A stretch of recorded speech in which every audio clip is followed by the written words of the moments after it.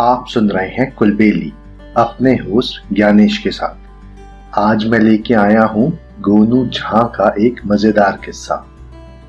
गोनू झां का जलवा वैसा ही था जैसा अकबर के दरबार में बीरबल का। गोनू झां बीरबल की तरह ही बहुत ही समझदार और बुद्धिमान व्यक्ति थे। तो चलिए अब सुनते हैं उनका एक बहुत ही मजेदार किस्सा जिसका नाम है गोनू झां का बदला। एक बार की बात है, गोनू झां मछली लिए मस्त अपने घर की तरफ जा रहे थे। वो जिस रास्ते से गुजर रहे थे वहीं पर एक नाई एक आदमी की हजामत बना रहा था। हजामत बनवा रहा आदमी गोनू झां के बुद्धिमत्ता का बखान करने लगा। नाई ने उस आदमी से कहा कि वो गोनू झां को मूर्ख बना सकता है। इस पर उस आदमी ने कहा, अच्छा ऐसा है तो मैं मूछें मनवा लूंगा, बस वो जो मछली गोनू झां के हाथ में है वो मुफ्त में लेकर यहाँ आके दिखा दो। नाई ने कहा, अभी लो। नाई भागता हुआ गोनू झां के पास गया और उनसे बोला, महाराज आपकी मां मर गई हैं। गोनू झां बेचारे तड़प उठे। अब मछली को घर ले जाकर क्या करते, सो मछली उन्होंने नाई को दे दी। इधर नाई ने उनसे मछली ली और उस आदमी के सामने गोनू झां को मूर्ख साबित कर दिया, पर बेचारा नहीं जानता था कि किससे पंगा लिया है। जब गोनू झां घर पहुंचे तो देखा उनकी मां तो बैठकर गेहूं पीस रही थी। अब उन्हें नाई की पूरी चाल समझ में आ गई। कुछ दिनों बाद गोनू झां बीमार पड़ गए।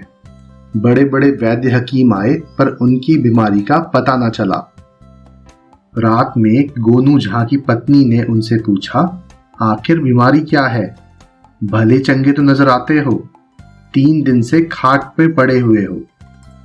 इस पर गोनू झां ने कहा कि उनकी बीमारी का इलाज तो सिर्फ नाई ही कर सकता है।